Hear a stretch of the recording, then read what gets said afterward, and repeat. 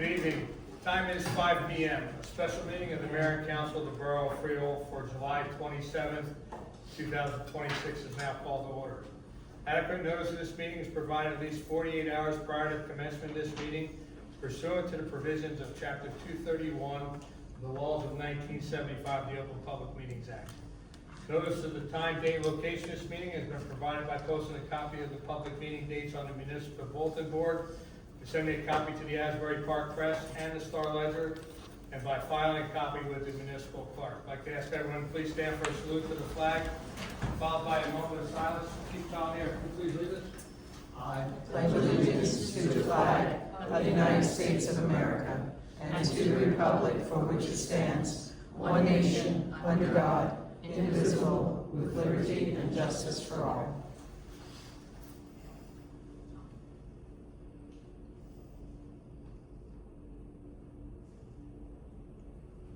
Thank you. Roll call, please. Mayor Kane. Here. Councilman DiBenedetto. Here. Councilman Friedman. Here. Councilwoman Jordan. Here. Councilman Reich. Here. Councilwoman Rogers. Here. Councilwoman Schuster. Here. Okay, welcome everyone. This is a rather unique situation. We're having this special meeting to discuss a personnel public safety matter. Normally, we do this in executive session, but when legally noticed that this was going to take place, the person involved in the personnel side of this wished it to be done in public. So here we are. We're going to discuss. There's a report that was issued, investigation and a report generated. And what we're going to do is normally we would take matters like this, and like I said, we talk about it in executive session. Council members will ask about the report. So we're going to do that same thing, just going to be in a public setting tonight. So what's going to happen is our attorney, Mr. Cosgrove, and our administrator, Mr. Gallo, is going to go through the entire situation. There'll be questions from council members. There'll be no public questions on this matter. At the end of the meeting, there'll be a public comment section. We're not going to entertain questions. Any questions that arise, we'll document them and get back to you. But anybody's welcome to make a comment at the end. We're going to ask, when we get to that point, we're going to ask that you restrict it to 5 minutes to give everybody a shot if you want to make a comment. So item 4 on our agenda is for item for discussion, personnel matter. I'm going to ask our attorney, Mr. Cosgrove, if you would start, and I'm going to ask our administrator, Steve Gallo, if you would go through the report in detail. So, Thank you, Mr. Mayor. So as the Mayor and Council is aware, for the public, the library has a separate board of trustees. But the board of trustees of the library and the library management works in concert with the Mayor and Council. The case law has determined that the library is an adjunct of the governing body in the field of intellectual recreation and education, and it's under its control ultimately. Statutorily, the building itself is the responsibility of the governing body. Library employees are in the paid service of the municipality, and the municipality may investigate the operations of the library. Specifically in this case, there was an incident at the library that Mr. Gallo will get into, which gave rise to an investigation from a public safety perspective in terms of the employees of the library and the general public to make sure everybody's safe. So as a result, an independent investigation was conducted, and as Mr. Mayor has indicated, we would normally discuss that in private session because it could potentially affect the rights of an employee, and normally that would be in private. However, in this particular case, the employee does have a right to request that the discussion be held in public session, and we received a written request. So as such, the discussion would be held publicly. At the conclusion of the discussion, the mayor and council consider referring the report to the library trustees so that they're aware of what's in the report and that they will, like I said earlier, act in concert with the mayor and council in terms of what's best to do next. Great, thank you. Miguel?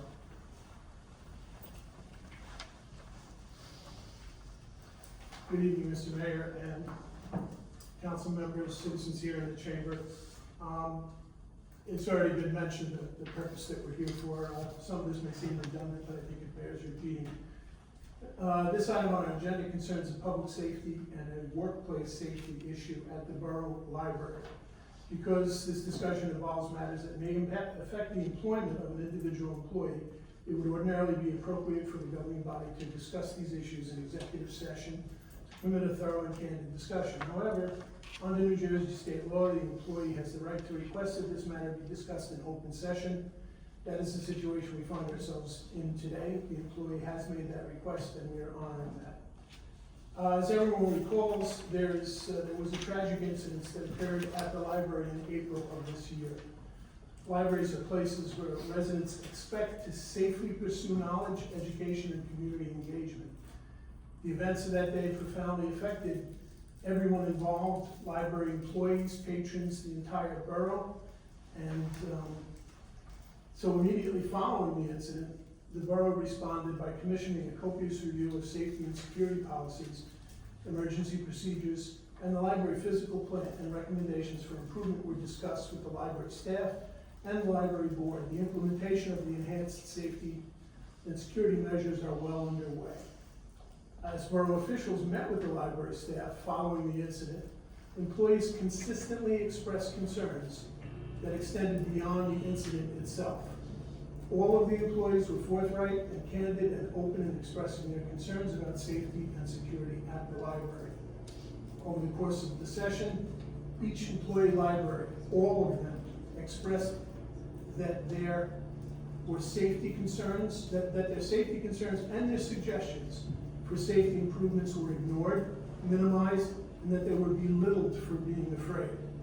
Employees reportedly feeling unsafe in their workplace as a result of the inconsistent enforcement of library code of conduct and reluctance to involve law enforcement in severe situations.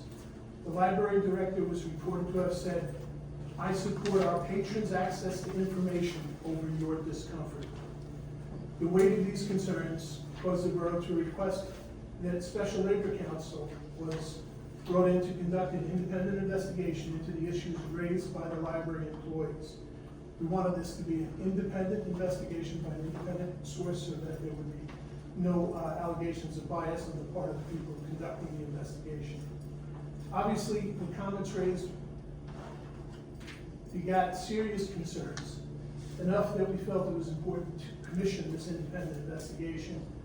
And at this point, I want to state that it is the borough's position that the safety of the library patrons and all of the library employees is paramount among our concerns. The cause for concern. Special counsel conducted interviews of each of the willing employees as well as the library director. What emerged is a picture of chaotic and haphazard environment that belies the image of a free public library as a calm environment for the pursuit of knowledge. The report uncovered a pattern of disregard and disrespect for our library employees by the library director.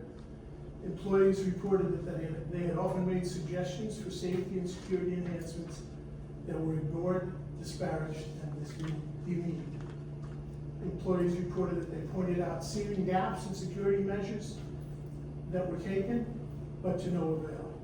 Employees said that they felt unsafe, with one employee even reporting that they felt compelled to come to work with a baseball bat, a crowbar, and mace to protect themselves in the event of an accident. Those types of conditions should not exist in any workplace. The employees reported that they had no place of refuge to retreat to in the event of an active shooter event. The employees reported that the library rules of conduct were unevenly applied, depending upon who the offending party was. One patron might be barred for eating potato chips, and another might be tolerated in an intoxicated state. All employees were interviewed and reported that they do not feel safe in their workplace. Further, they reported that they feel their concerns about safety matters were trivialized and ignored. They expressed concern over library policies that were unevenly applied and chaotically managed. They felt belittled when they expressed fear and were often prevented from contacting law enforcement in situations where they felt it was necessary. Conditions reported by the employees include drunk patrons admitted to the library. One employee even reported that they were instructed to give an obviously intoxicated patron a library card. Efforts to contact the police when confronted with an unruly patron resulted in an admonishment because the patron, quote, doesn't like the police. People were found to be sleeping in the children's room. People were found to be drinking on the premises. There is evidence of drug use on the premise. There seems to be a general disdain for reporting incidents to law enforcement. There is an uneven and unclear application of library policies. The library initially permitted seemingly unfettered access to pornography through their internet and computer system. The library initially permitted, people would be banned for a trivial offense, but not for being intoxicated. And the police are generally not consulted nor advised in most situations. There was an ineffective use of security measures for specious regions. Cameras were monitoring empty areas. Safety mirrors were installed that didn't provide adequate vision throughout the facility. Enhanced security measures were restricted due to, quote, First Amendment concerns. Generally poor communications with the staff, disconnection between the library trustees and the employees, instructions from the director to disregard the rules, belittling an employee who wanted to enforce the stated rules. Inappropriate conduct by patrons was ignored. Employees were discouraged from reporting patrons who were known to be violent to the police. Decisions regarding banning patrons were made solely by the director, and they would be reversed or revised with any logical reason in a haphazard fashion. Individuals were loitering and sleeping in our library. Individuals clearly under the influence of drugs or controlled dangerous substances were unresponsive in the library. They couldn't be woken up. People would lock themselves in the bathroom to consume alcohol. There was inappropriate attention to employees by patrons that bordered on harassment. Incidents reported appeared to go nowhere and had no effect when incidents were reported. Employees were asked to interact with patrons regarding social service issues. People come to the library with issues of homelessness, food insecurity, substance abuse, and mental health challenges. And it should be pointed out the employees felt that they were not trained to deal with these situations. The employees felt that they had to, quote, babysit certain patrons. Intoxicated individuals fell over desks and equipment in the library. Individuals have displayed erratic behavior, and one even struck a child in the library. Seemingly favored patrons are permitted transgressions without consequence, and the staff is advised not to call the police because they don't like the police. A culture of uncertainty is fostered by the director's inconsistent application of the library rules. No one knows who is banned or when or why they are permitted to return, and an atmosphere of chaos and fear has resulted. Parents and young children have been subject to abuse and exposure by intoxicated persons. Security cameras were intentionally limited by the director, supposedly to protect patron privacy. Employees feel that they need to bring weapons to the workplace. There's a lack of empathy for the employees' concerns, and there's a prioritization of patron access and First Amendment considerations over enforcement of established rules. The inconsistency has led to this chaotic environment and confusion about the library rules. Employees were discouraged from reporting incidents to anyone but the library director. And again, the library director was reported to have said, "I will defend the public's access to information over your feelings of discomfort." Of particular concern is access to pornography on the library's computers.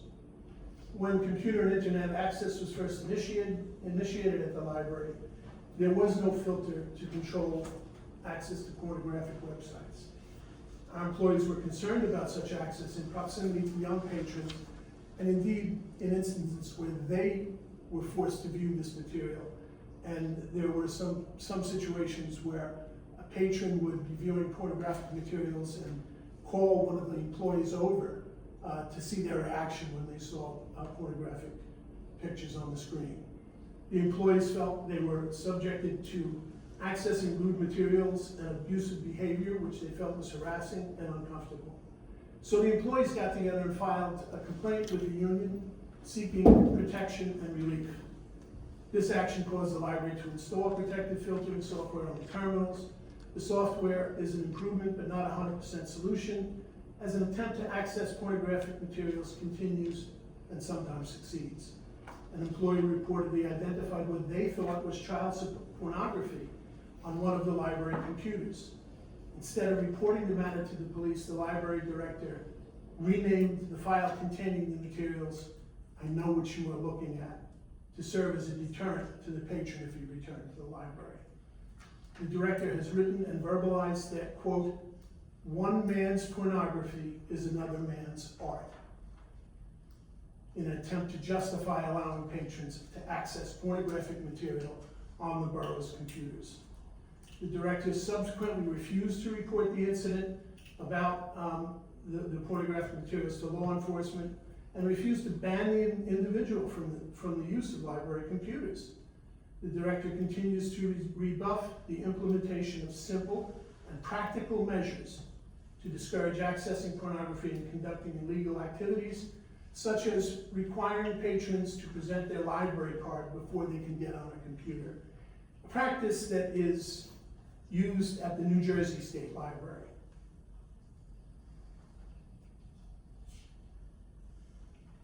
And just to synopsize the incidents, we have failure to adequately respond to reported safety concerns. Employees repeatedly raised concerns to the director regarding unsafe conditions, disrupted patrons' harassment and security vulnerability over several years. The employees reported that their concerns were minimized or dismissed by the director. They were characterized as overreactions or unnecessary restrictions on patrons, and they were not followed by any meaningful corrective action. Staff reported that management prioritized avoiding restrictions on patrons over protecting employees. One employee reported concerns about pornographic material being viewed on a computer was dismissed based on First Amendment conditions rather than addressed through safety-focused solutions. Another employee reported the safety concerns were minimalized, and the employees were labeled as being overly strict when attempting to enforce the library's rules, or called a stickler by the library director. As employees reported concerns involving stalking, harassment, disrupted patients, and escalating behavior that were not adequately addressed. The library director failed to recognize workplace safety concerns as legitimate operational issues regarding investigation, mitigation, and documented corrective action. There's no comprehensive emergency response plan. Employees reported to the library director that the library lacked formal procedures for active shooter incidents, emergency evacuations, threatening patrons, medical emergencies, violent incidents, shelter-in-place situations, panic button training, which has since been accomplished, emergency communication procedures, law enforcement notification procedures, which has since been accomplished, and de-escalation techniques. As an example, the employee stated there's no active shooter training or emergency drills that had occurred, despite repeated requests. Another employee had requested emergency preparedness guidance but received no meaningful training. There's a failure to adequately address security infrastructure deficiencies. Employees identified multiple security deficiencies regarding the placement of cameras and mirrors. They believe the library director purposefully disengaged or misaligned security surveillance measures to protect patrons' First Amendment rights.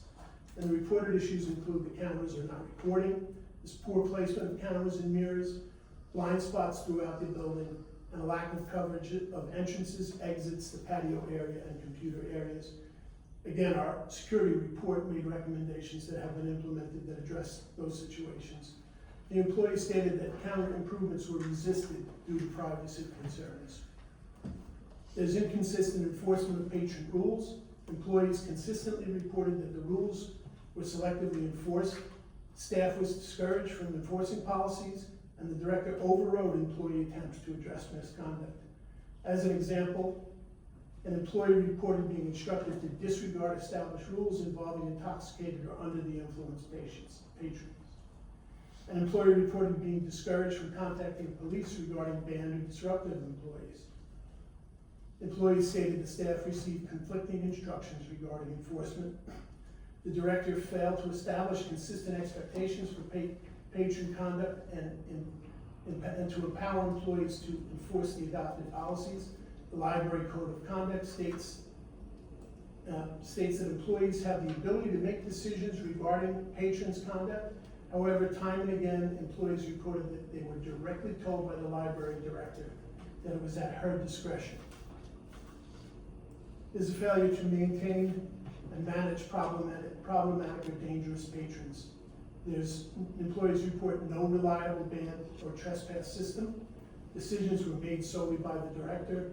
Bans were reversed without notification of the employees, and the employees were unaware whether certain individuals were permitted inside or not.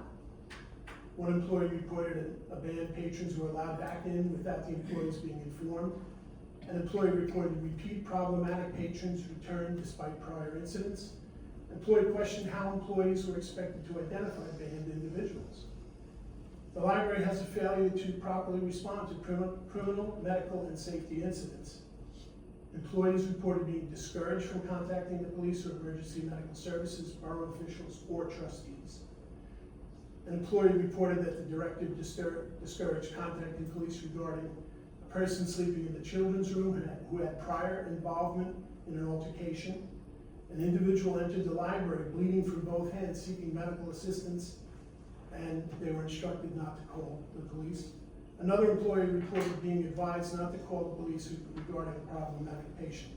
So there's a failure to establish clear escalation procedures and ensure employees understood when law enforcement emergency services should be contacted. And then we have a failure to balance patron access with employee safety. A recurring theme in the investigation was that the employees believed that the library director prioritized patron access to information over privacy concerns, and avoided restrictions over the employee's safety, workplace security, and enforcement of rules. It's important to point out that the employee has actually, the director has actually stated that, and that not only does that policy endanger the employees, it endangers the general public, including children who visit the library. The library director consistently fails to appropriately balance First Amendment considerations and public access obligations with the employer's responsibility to provide a safe workplace. It's important to point out that since these events transpired and we began having a dialogue with the director and the library trustees about safety issues, there have still been continuing incidents of infractions that are troubling. Despite the past history and the discussions regarding safety and security, the director continues to resist the implementation of simple and basic security measures, such as requiring a library card before using a library computer terminal. Despite the employee's expression of concerns, the director continues to resist change in some of the suggestions that the safety and security report put forth. One valuable employee has resigned, and other employees continue to express concerns about returning to work. A library patron with a prior history of an altercation was discovered sleeping in the children's room, but the director refused to call the police. This is someone who we had problems with in the past. Another individual entered into the library with blood dripping from their hands, and the director refused to allow the staff to call the police or EMS. Somebody walks into the library with blood on their hands. There needs to be an immediate response, not, oh, let's not do that. We've heard that the victim of the April shooting has returned to the library, and we didn't know anything about it. And so our position is clear: the safety of our employee and our residents must be our highest priority. Every employee has the right to report safety concerns without fear of being ignored or belittled. Every patron has the right to expect that the library will be a safe and orderly and welcoming public facility.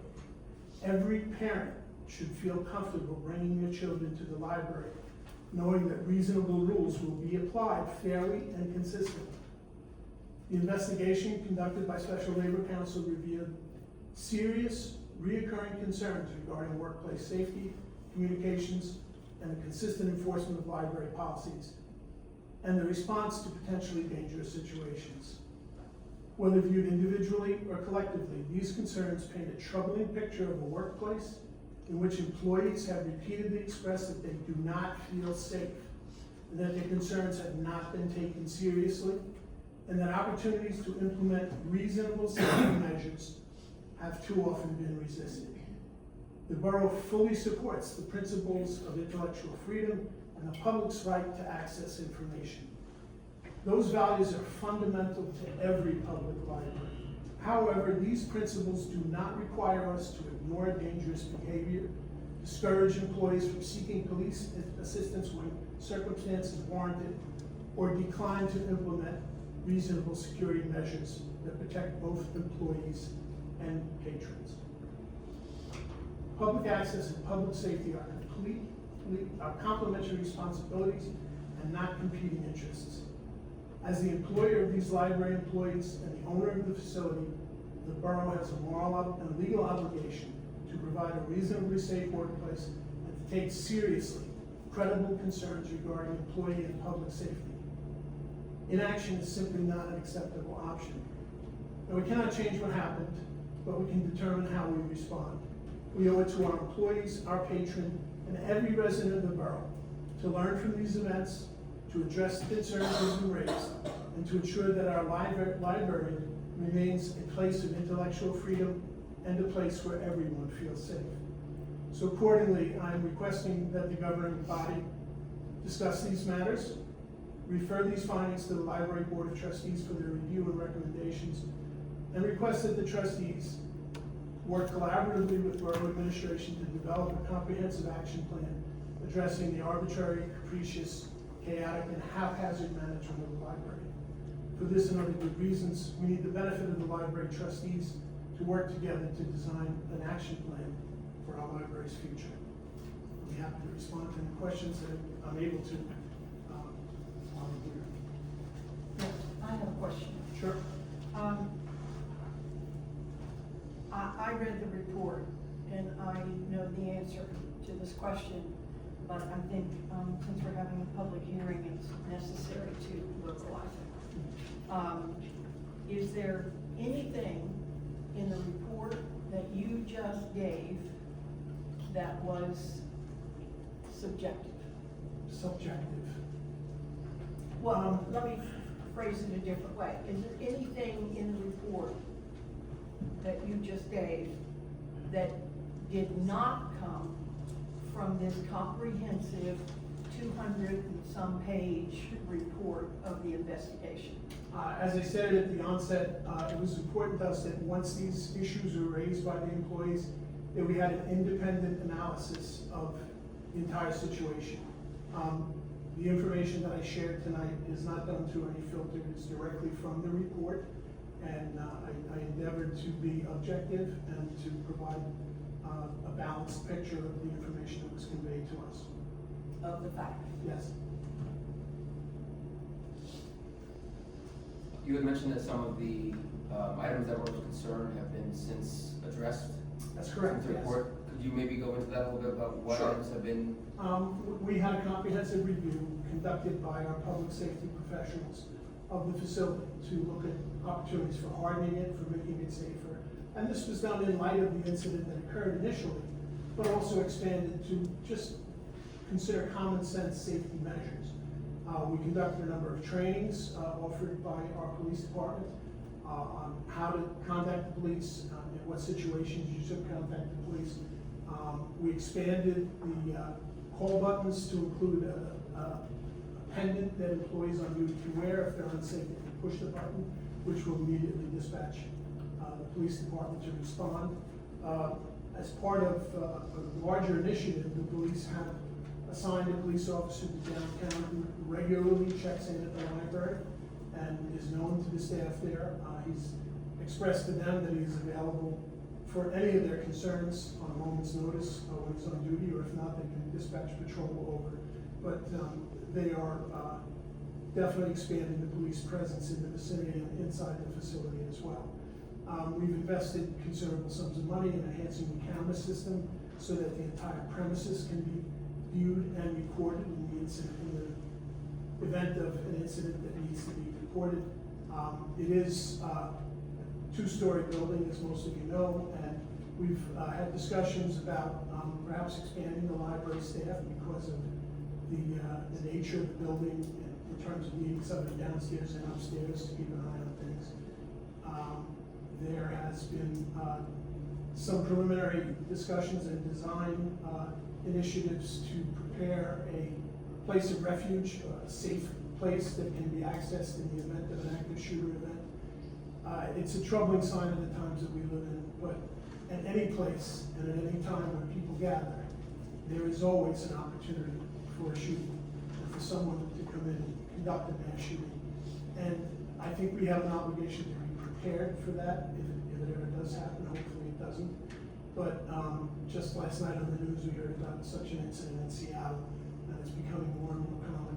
So we feel that the request for a place of refuge is not an unreasonable one, and we're trying to figure out how best to engineer that. So that's in the pipeline as well. We enhanced the mirrors so that they are reflective of where people work. We have suggested, that patrons who want to use the computers participate in the simple solution of handing over their library card, so we know who was on a library card, a library computer at a certain time, and if they accessed inappropriate information, that we know who did it. And this goes beyond, pornography. There, throughout the country, there are people who access these computers that are available anonymously to conduct terrorist activities, to break the law, to harass people so that they can't be identified, sending threatening emails to people. They do that for a reason, because they want to be anonymous, and that's why they would access a public computer in this situation. It's important for us to be prepared to cooperate with law enforcement if a crime occurs. And one of the best ways of being prepared is to have that information available in terms of who was using that computer at a time when a threatening email was sent out or something along those lines. This is not to suggest that we want to monitor people's activity. We have no interest in that. But if an event does occur and it's traced back to that IP address, it's important that the police have access to that information. We can help solve crimes. And this probably sounds far-fetched, but you have people get kidnapped and they go to an anonymous computer. You send in a ransom demand, and if we knew who used that computer at that time, we might be able to solve a crime. So I think that's important, with the understanding that that information would be closely held unless the police department asked for it. So we have a number of those improvements in the pipeline, and we're hopeful to complete the rest of them to make the place as safe as can be. Okay, so I don't really have a question. I know you touched upon a lot of what was going on there, but I kind of think it's important to read some of our employees' own words, so I'm just going to do that. I know you talked a lot about the pornographic materials in the library, but employee one, she said she observed a patron viewing explicit material while staring at her. And her concerns, when she reported them to the library director, who was advised of her discomfort at work, and she told her that it was unavoidable. That's what the library director said. She further indicated that at least on one occasion, suspected illegal content involving minors was being viewed. When she reported it to the library director, no formal action was reported to the Borough Police Department by the library director. That's just one of one. There's another one, who I think you talked about the fact that we lost her. She is now resigned. Yes. Employee 2 raised concerns regarding the enforcement of library policies and overall patron management. She indicated that she was frequently instructed by the library director to disregard established rules and guidelines. Employee 2 attempted to enforce policies, particularly addressing intoxicated and disruptive patrons. Her concerns were minimized, and she was characterized as a stickler for the rules. She described multiple instances involving visibly intoxicated or impaired individuals who were permitted to remain in the library despite the policy prohibited, including an incident where a severely intoxicated patron was encouraged by the library director to stay and obtain a library card. She further reported to the library director experiencing inappropriate conduct from patrons, including catcalling and sexual advances, contributing to an ongoing sense of discomfort in the workplace. She also described repeated safety concerns involving destructive and threatening individuals. She recalled a situation when an intoxicated patron damaged the children's room by throwing stools and destroying books with a milkshake. She noted that despite these incidents, efforts to pursue enforcement measures such as contacting the borough police or pressing charges were discouraged. She also stated inconsistent tracking of banned and trespass patrons. She indicated decisions regarding banned patrons were solely made by the library director, who often reversed the ban without informing staff and resulting in confusing and uncertainty on how to handle returned banned patrons. And then she goes on to overly express just the overall safety, which you kind of touched on.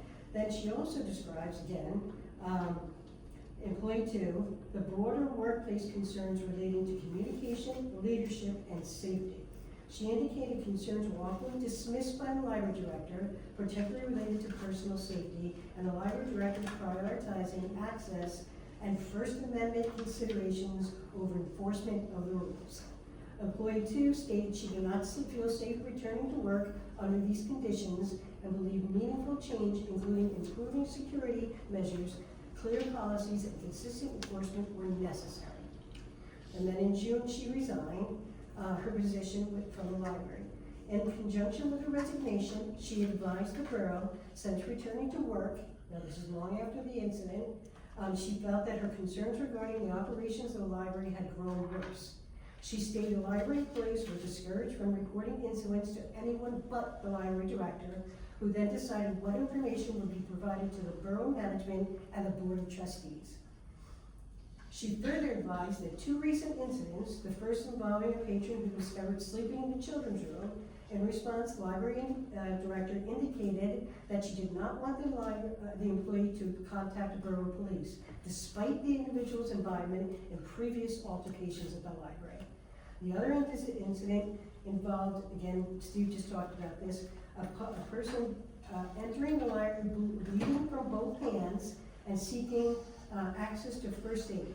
While a library employee on staff at the time advised the library director that she wanted to call for medical assistance, the library director discouraged the employee from doing so and further discouraged reporting the incident to the police.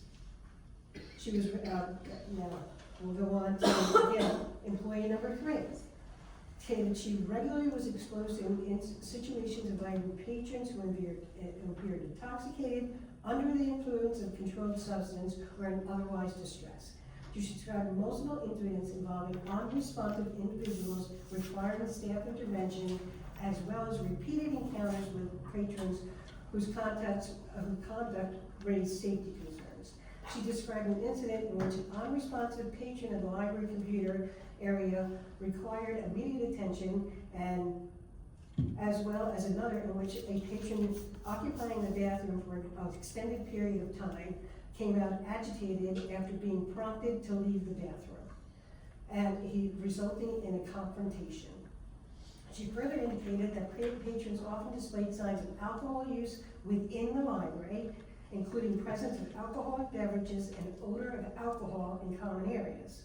Formal training on intoxicated and impaired individuals, de-escalating techniques, or emergency response protocols were never given. She reported personally experiencing inappropriate conduct from patrons, including being asked questions about her age and other personal questions which made her uncomfortable. I can keep going on. She also talks about raised concerns regarding the inconsistent enforcement of the code of conduct of the library and the lack of a reliable system of identifying and managing problematic patrons. And then it goes on, she stated that individuals reportedly banned or subject to trespass restrictions were unclear, as determined solely by the library director, and were not consistently documented or communicated with staff.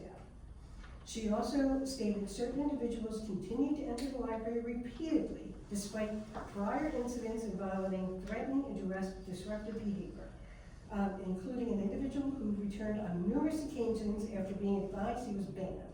She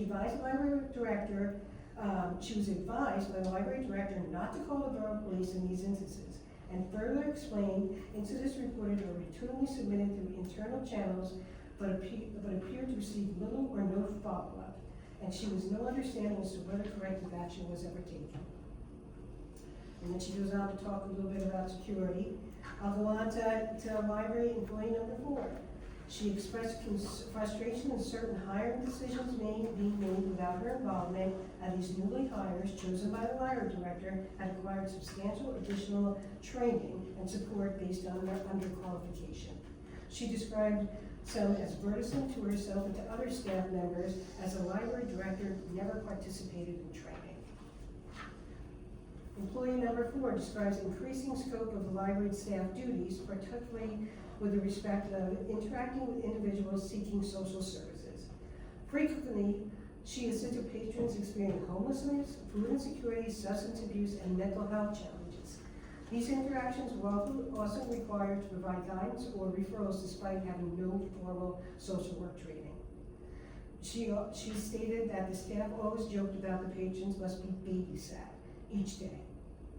Employee 4 stated that numerous incidents involving unsafe and destructive patron behavior. She described an encounter with an individual who was intoxicated, aggressive, and otherwise impaired. This included an incident when an intoxicated individual fell into her workspace, knocking over equipment, as well as prior incidents involving a patron who behaved erratically, struck a child, and caused other disturbances in the library. Employee 4 referenced repeated issues involving patrons identified as Larry, who required significant staff attention, engaged in harassing behavior towards staff and other patrons, and repeatedly had to be asked to leave the premises. She also discussed the issue of patrons viewing pornographic materials and the ineffectiveness of the controls added, and certain explicit materials can still be viewed. The library code of conduct was inconsistently enforced, with no direction from the library director, often conflicting with established policies and staff expectations. Employee 4 also raised significant concerns regarding the lack of inconsistent policy enforcement and communications. She indicated library employees were frequently uncertain on how to respond to instances due to conflicting guidance from management, particularly with respect to enforcing rules or contacting local law enforcement. Employee 4 further explained information regarding banned or trespassed individuals was not consistently shared, leaving her unaware of the prior incidents or restrictions. She described the use of a written communications log as ineffective, as it included both routine and serious matters without any clear prioritization, and she did not provide any real-time updates. That's the librarian director. She states library employee safety concerns were raised repeatedly over several years, including reports of stalking, harassment, escalated disruptive conduct, but all these concerns were not adequately addressed by the library director. She describes what she believes as deficiencies in security of construction and emergency preparedness. And then she goes on to talk about the cameras that we just got into. Then we go on to employee number 5. Just a quick describes several interactions with disruptive patrons, including at least one instance where a patron repeatedly attempted to engage her in a personal relationship and did not accept her refusal, requiring intervention by another library staff member. She will also reference repeated incidents involving patrons identified as Larry, including when he entered the study room, took another patron's phone and removed it from the phone. She also recalled observing pornographic materials in a search history on the library computers. Employee 5 stated that there was a communications log, and within that log was a record of which patrons were banned from entering the library. She questioned, however, how do we know who these patrons are and when they attempted to enter the library? She said the library director would make decisions to ban or unban patrons. She also discussed the issue raised by library employees regarding response to the panic button. She indicated that pressing the button was unreliable. We've addressed that, so that's been taken care of. There is, however, no specific policy which revolves on the use of the button, which we've addressed that. She explained that patrons banned are typically issued informal and without any expiration, often limited to the day of the incident. She said several examples were provided, including an individual, again with Larry, whose behavior escalated over time.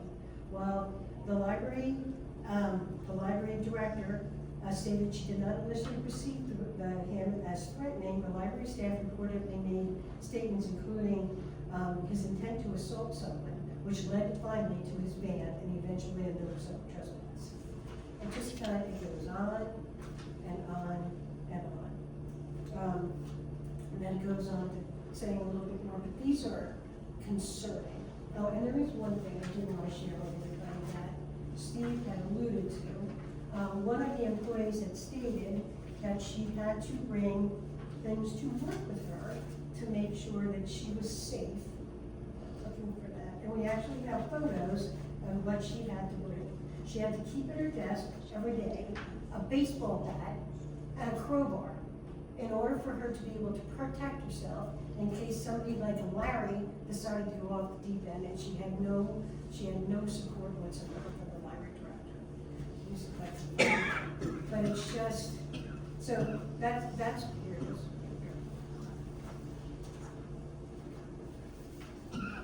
What? Baseball bat. That's all I got.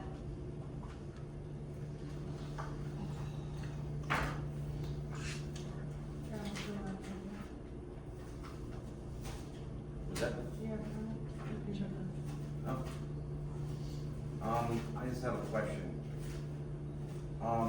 There's the personnel manual, there's the library code of conduct, and there's the large report covering various operations and safety.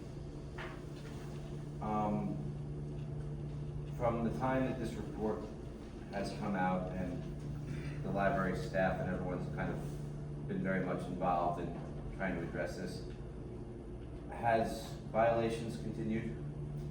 I think it's important to point out that in one of the meetings where the library employees were expressing their concerns and their opinions, the library director participated in that meeting and heard their concerns directly. So it should come as no surprise that those concerns were surfaced.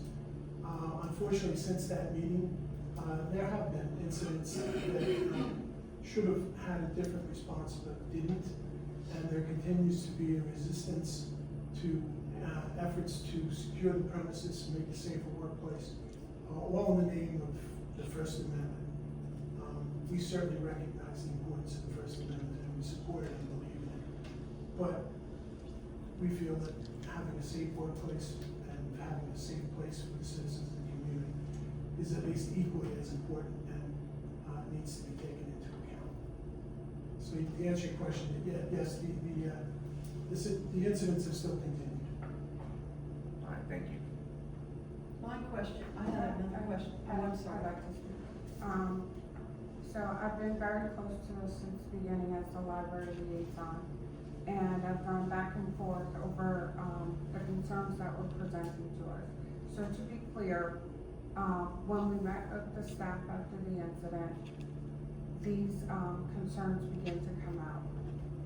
And that is the reason we had to engage the special counsel to investigate the incident. It is particularly difficult for me, because I work so closely with the library director and with the trustees, to even have to say the things that I have to say. But the concerns are there. When it comes to employee safety, it is not something that we can take lightly. If an employee has to go to work and bring weapons to work to protect themselves, it is a concern. This is something we discussed in our last trustee meeting, along with the safety report, the safety evaluation that was done by our safety personnel. And it was made clear at that time that, number one, if an employee expresses a concern for safety, it has to be taken seriously. There can be no question about whether you want them to call the police or not. If they feel they need to make that decision, then they should be allowed to make that decision. And unfortunately, that was not adhered to. The employees had requested training regarding safety protocols, a fire drill, active shooter training, and this was after the event. And also, they wanted to participate in the discussions regarding the security or have knowledge of the security. Again, that was not adhered to, unfortunately. In the Library Code of Conduct, one of the very first statements says, any activity that constitutes a violation of federal, state, or local criminal statutes. Opening cans of beer in a library violates local criminal statutes. Yet, the police department was not called. The person was not even no trespass, they were banned, which means at some point they would be allowed back into the library, even though they had shown disrespect for the library's rules. Unfortunately, that continued to happen. Interaction with the employees. As a manager, you need to have respect for your employees. In order to get respect, you have to give respect. The employees came and opened their hearts to us and expressed their concern regarding their safety. For the behavior that initiated their concerns to continue brings a concern to me. I love the library. I want people to feel safe there. I want our patrons to feel safe, but even more as important, I want our employees to feel safe. I don't want them to feel like they have to bring weapons to work. Involvement of law enforcement seems to be a sticking point. There are situations where you need to call law enforcement, whether you want to or not. It's not a First Amendment issue, it's a safety issue. And if our employees are not permitted to call law enforcement when they feel unsafe, that creates a bigger issue. Security improvements. We have discussed in detail in security improvements. Some that were agreed with, some that not so much, but are still needed. The resistance that we're seeing regarding these security issues at every turn is frustrating. Yes, the communication needs to be better. There's no question about that. There has to be a two-way communication in order to implement these things. But the pushback is frustrating because our employees do not feel safe. If minor changes can be made to make them feel safe, then they should be made. There's no question about it. There's no cost, that's too much to make our employees feel safe. This is the item that has hurt me the most. In the trustee meeting, we specifically said when incidents occurred the trustee president and myself wanted to be notified immediately. We got notification from the staff, not the library director, unfortunately. That's a problem. We did get notice of a few, but there were more that we didn't know about that kind of caught us off guard, including the victim returning to the library. That should have been, not only should we have been notified, the borough should have been notified and the police department should have been notified. Because that just opens us up for another situation. So that's very unfortunate that we were not notified about that. And then, to hear from an employee that unfortunately the behaviors are still the same. Even after we've spoken about it in trustee meetings, we've spoken about it in group meetings, we've spoken about it in security meetings, the behavior was still there. The hesitancy to involve the police department, that is their job. To protect our, to be there to protect and serve, that's part of their oath, I believe. So unfortunately, I'm disappointed that we're at this space now. And it is not a personal thing, it is a safety thing for me. And working so closely and being in that environment and being, having talked to the different employees and having gotten angry, but saying that this can be fixed. And I'm at the point where I'm beyond frustrated now because I don't feel like the concerns are being taken seriously, unfortunately, and they need to be. So, I just wanted to put all that out there. I've had many conversations with the trustee president and myself, and we continue to try and work to make things better, but we need help from every direction to help us get to the place where our patrons are safe, our employees are safe, and the library becomes that welcoming place that we've always envisioned.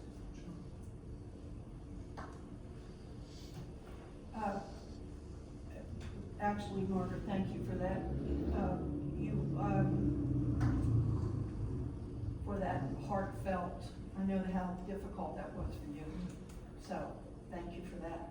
The question that I had was, Margaret actually answered, it was, is it true? I mean, I know what we've been through. We got two of our people to conduct the safety survey there. It took weeks to do so, and it was thorough. I read it, I looked at all the pictures of things that they recommended, and my question was, they are the professionals, has there been resistance to their wishes, their recommendations? And Margaret did answer that, and I believe you also did. Yes, unfortunately, I say yes. Yes. So,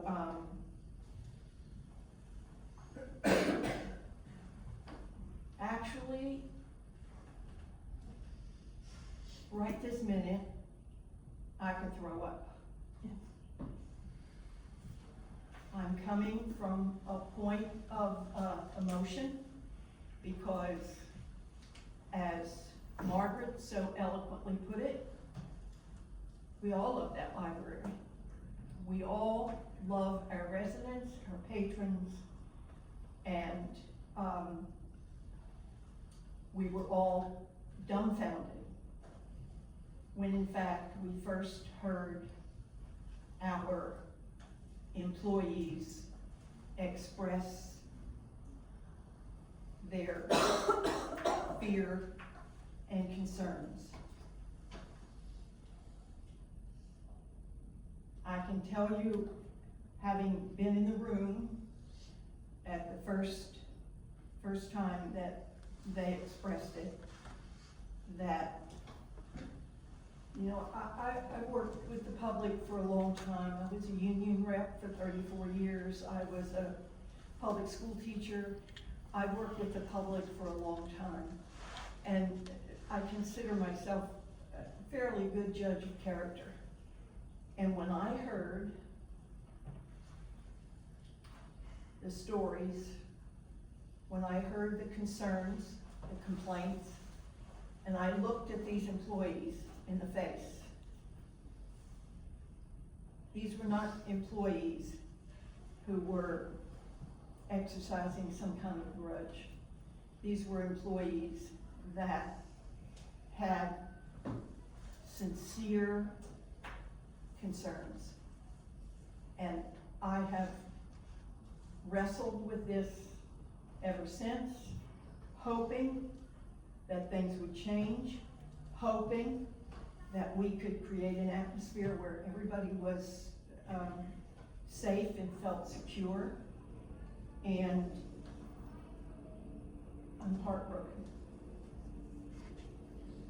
I really don't know what else to say. Okay, anybody else? All right, as I stated in the beginning, and as you can tell by what you just witnessed, this is a very unique situation. Usually this is discussed in executive session, where we go over details like this. However, it was requested that this be done in public. Therefore, you all witnessed what has happened, what has transpired. As you can see, it is a serious and significant ongoing personnel matter and a public safety issue. There's not going to be any engagement with the public on this issue right now. There's a couple quick agenda items we need to take care of, and then there'll be a public comment section. Again, it's going to be comment. We're not going to engage, go back and forth, question and answers. If somebody wants to make a comment about this or anything, you're going to have that opportunity. We ask you to keep it brief. At this point, I'm going to just turn it back to our attorney. What formal action do we need to send this report to the library trustees? Do we need a formal vote on this, or? Yes, Mr. Mayor, at this point, if someone would like to offer a motion to release this report to the library trustees for their consideration and for us to meet with the library trustees at their next scheduled meeting in order to discuss how best to move forward from a personnel standpoint with regard to the issues that have been raised in the report and addressed on the record this evening. Okay, thank you. Someone like to make that motion? Yeah, as chair of personnel, I will make that resolution. I will offer that resolution. And while we read on those, I can get. Roll call, please. Councilperson Benedetto? Yes. Friedman? Yes. Jordan? Yes. Reich? Yes. Rogers? Yes. Schuster? Yes. Okay, that motion is approved, and Mr. Crosville, we will initiate that action to send it to the library trustees. Please, thank you.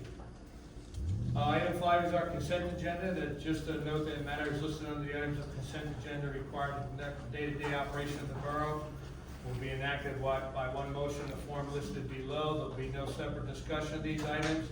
If discussion desired of any items, that item will be considered separately. If someone would like to make a motion for approve consent agenda items CR1 through CR3? I'd like to make a motion to approve those, please. Second? Any discussion? Roll call, please.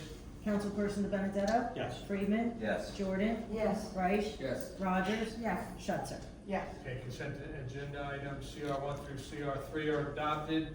Item 6 is communication, receipt and file. Receipt of a letter dated July 16, 2026 from Artheon CME Associates regarding emergency water system repair, 172 South Street. Someone like to make a motion to receive and file this? I will do that, please. Second. Any discussion? Roll call, please. Councilperson Benedetto? Yes. Friedman? Yes. Jordan? Yes. Reich? Yes. Rogers? Yes. Schuster? Yes. Okay, the letter is approved to be received and filed. Okay, item 7 is public comments. Again, I hate to be redundant, but I'm gonna ask you to make a comment. Just need to state your name and address for the record. There'll be no back and forth, no questions. If someone wants to make a comment about anything, please step forward, state your name and address for the record.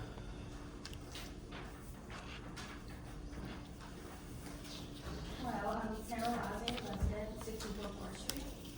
I would like to make a public based on the PII policy that is on page 7. All I would like to say is that the PII policy states that it does not limit public access to government records as required by law. The policy should clearly explain how it will interact with OPRA requests. The reason why I'm saying this is because the statement seems a bit vague on page 2. Okay, Okay. thank you. Thank you. Anyone else from the public?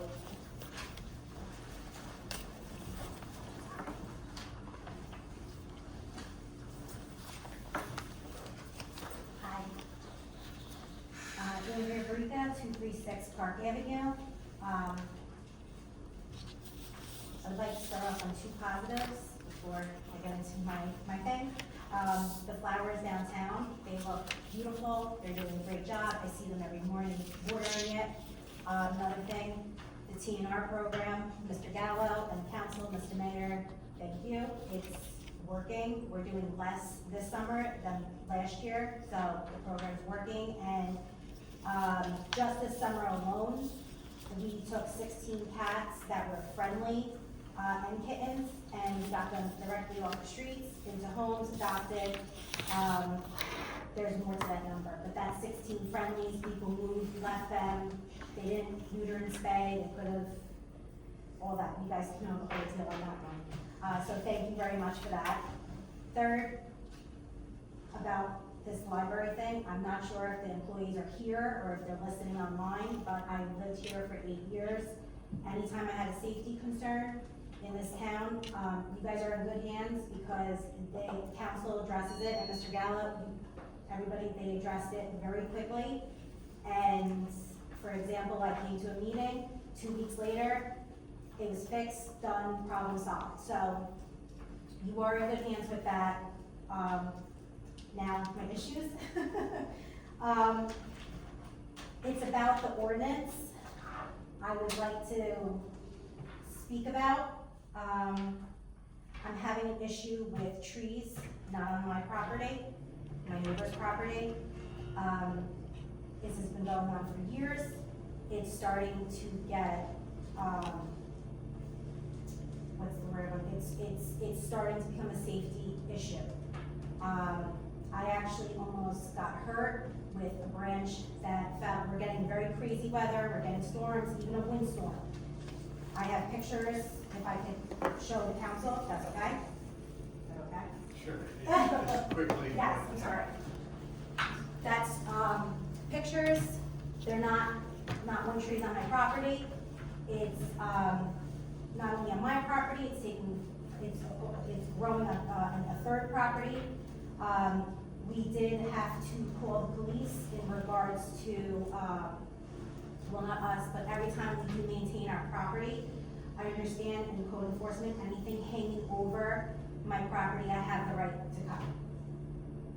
People don't respect that policy. So because of that, the trees overgrowing onto my property, I'm well in my rights to cut them, whatever hanging over. Every time we do so, the police are called in regards to me cutting my property, the trees on my property. The other issue is the trunk of the trees. It's growing half in my neighbor's property, half on my property. That's causing property damage, and it's pushing my fence totally down. It's cracking the bottom of my post, completely cracked on the bottom. I brought this to the attention, actually the police officers that came on June 24th, they actually called the code enforcement, I believe Jalessa, they called her, she came over, there's a report, I have a police report, when they came, it's right to the eye of the officer, to code enforcement, that it's a problem. I even have from my insurance company a letter, inspection was done, trees are a problem. So I have all these agencies stating it's a problem, but unfortunately, when I asked what would happen if I cut the tree, meaning the trunk or the big part that's hanging over, that if something happens, it's going to damage my structures. in my backyard. If I cut it, I was informed that if the tree dies, I am responsible for that tree and property damage to my neighbor now. So my question is, if I'm responsible for cutting the tree, and the possible outcome is if that tree dies, shouldn't that be the responsibility of the homeowner, because it's on their property? So I would like if the ordinance could be maybe reviewed, be a little stronger, be more specific. And even if the next step is for court, as a civil issue, I still need to go to court with guidelines. I need guidelines to reference the do's and don'ts, and I'm not looking to go criminal because I could, but I'm not looking to do that. It's just the tree, and I was told by code enforcement that they can't do anything about it because the tree is not dead. So if the tree is not dead, and it's all hanging over my property, in the middle of my fence line, you can see half the tree stump is on my property, half on theirs. If I cut it, now I'm responsible, but either A or B is gonna happen. A, it's going to hurt me like it almost did, and I have it on video when a big branch fell and I'm in my garden in the back. So A, I either have to get hurt or somebody in my family in the backyard has to get hurt for something to be done, or two, it has to destroy my garage or one of my structures in my backyard for something to be done. So that's the tree thing. And I have the police reports if that needs to get reference. Another thing, discharge of pool water into my backyard. I had an officer come last year in May because my neighbor was discharging, backwashing her pool into my property. I have a video, I showed the officer the video. He was great, super nice, couldn't do too much because he went into his police car and he waited 45 minutes trying to look up an ordinance to go back to the neighbor to say, hey, stop. But it was now property damage. So he had to go over there and say, hey, listen, you need to stop. They did stop, they didn't realize that it was causing damage or it was flooding my backyard. But because there was no ordinance, nothing could have been done with it. Obviously, you're discharging, you have to do everything out to the street. So currently, right now, this is a picture of today, it's still getting backwashed into my pool. It's 5 feet away from my property. So that's, not sure if we could make an ordinance with discharging. And not only that, but we could also get the EPA involved because you're backwashing chlorine water into my yard. So that's that one. Another thing, music. Not sure if we could make the music ordinance a little stronger. It's a little too vague right now. If I have a neighbor, I'm having family functions going on. So if I have a neighbor who has been calling anonymously almost every week, I think the rule, there's no time limit with the ordinance. I believe it's, right now, it states it's a discretion of the officer who's on scene. So if I have a neighbor that does not like me, it's 25 feet. Supposedly, I'm not sure where I read that, but 25 feet, that's not very far. That's like me to that back door. The rule is, if they could hear, the officer stated, if they could hear my music in their yard, then they have the right to call the police and to shut me down. Which, it did not happen yet, but I did get threatened with summons with that. So again, I think the music ordinance is just way too big.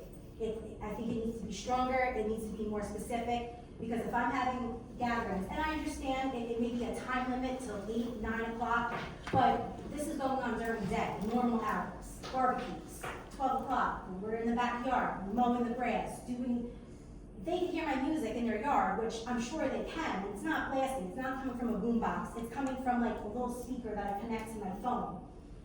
They're called, we're not supposed to be using police as a babysitter or a bodyguard. They're busy, they have other things to do. But of course they have to respond. But again, the ordinance needs to be something that we could, not just the discretion of the officers and if they could hear it from their backyard. one more thing, and then I'm done. When I walk my foster dog on Park Avenue, I'm not sure, it's on the side of the raceway track, but not in front of the raceway track. Not sure if this is the town, but there's no sidewalk. I don't know if maybe this could get like maybe cut or trimmed down. It's the sidewalk, and it's just very overly grown. Walgreens made a lot of money on my pictures today. But I'm not sure if they could do something with that, because when I walk my foster dog over there, there's no sidewalk, it's just grass. And then back to the music thing, one more second. This is on June 30th. So this was the week we were trimming our trees, in retaliation. I an officer came to my house, I was taking the garbage bins in, it was 6:20 in the morning, took my dog out. The officer wasn't even gonna stop me, I have the documentation from his report, wasn't even gonna stop me, but as I was in the street grabbing my barrels to bring them in, I took my dog outside. Dogs bark, right? Dog barks, wasn't barking for a very long time, put it out, maybe barked a couple times. I even have the video footage I showed to the police officer. Noise complaint on me anonymously, which has been happening a lot, of my dog barking for 10 minutes. So, approximately 10 minutes, I showed him, the dog was out for a total of 8 minutes. And I had police showing up to my house at 6:20, telling me my dog is barking. So, there's a couple issues going on with these ordinances. Not sure if we could just get them a little stronger or something. I don't know. But that's all I have to say, so thank you. Yeah, thanks, we'll take a look at it. Anyone else in the public care to make a comment? Seeing no further comment from the public, I can entertain a motion to close the public portion. So moved. Second. Roll call, please. Councilperson De Benedetto? Yes. Friedman? Yes. Jordan? Yes. Reich? Yes. Rogers? Yes. Schuster? Yes. Okay, our public comment section is closed. Item 8 is council comments. Anybody have any council comments? Okay. Seeing there's no further business like that, I can motion to adjourn. So moved. Second. Roll call, please. Councilperson De Benedetto? Yes. Friedman? Yes. Jordan? Yes. Reich? Yes. Rogers? Yes. Schuster? Yes. Thank you for all coming out. We are now adjourned. Thank you.